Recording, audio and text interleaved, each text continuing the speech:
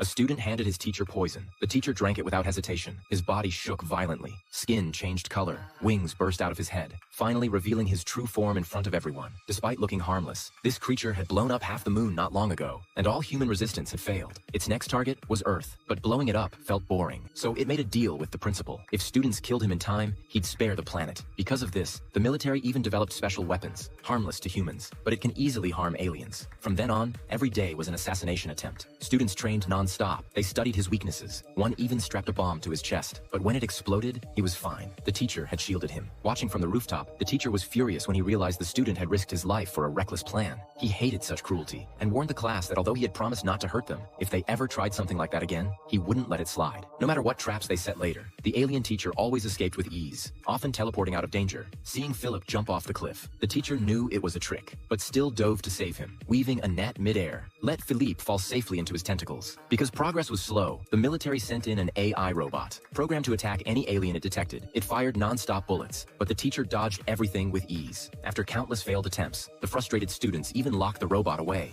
Then one day, a boy appeared, claiming to be the country's greatest assassin, here to kill the alien. When the referees signaled the fight, a blade shot forward and sliced off one of the teacher's tentacles. Then the boy grew tentacles too. He was a modified human. The teacher was enraged. His skin turned black. The fight shook the classroom. The teacher is overexerted at this time. For the first time, the students saw him looking genuinely rattled. Soon he lost another tentacle, but he wasn't afraid. When the boy attacked again, his tentacles melted. It turns out that the teacher used a special weapon made by the military. Then it threw the boy out. The alien teacher won this battle. Final exams were approaching soon. It asked students to stay for remedial classes. It then created countless clones to provide one-on-one tutoring. When a girl worried it would exhaust him, he told her not to worry since one of his clones was resting outside. On the next day in PE, that same girl collapsed from illness, but the PE teacher ignored her and even used violence. As he prepared to go further, the vice principal stepped in to stop him. But instead of reflecting, the PE teacher insulted the students. That enraged one boy, who tackled him with a knife. He was so scared that he ran away. The alien teacher, watching nearby, was proud of his students' courage. He then gathered the students in the playground. It was about to teach them combat techniques, but then it flew away. Before the students could react, a fireball fell from the sky. It turned out that the teacher had dragged the satellite down to the ground. This terrifying power astonished the students. To motivate them, he promised that if anyone could take first place in exams, he would cut off one of his own arms, making assassination easier. The classroom atmosphere instantly shifted into intense studying. When results came out, 3 students tied for first, meaning he had to lose 3 tentacles. True to his word, he allowed himself to be caught the next day. And when the gun fired, several tentacles were blown off. A girl then launched 2 rockets, and after the explosion, the teacher's body vanished. But he wasn't dead. His survival instinct had activated, turning him into a glass sphere made of materials so tough, even nuclear blasts couldn't crack it. Suddenly, students collapsed. The PE coach was behind it. He had drugged their drinks and teamed up with modified humans, using the antidote as blackmail. But Philip refused and ran into the mountains, climbing a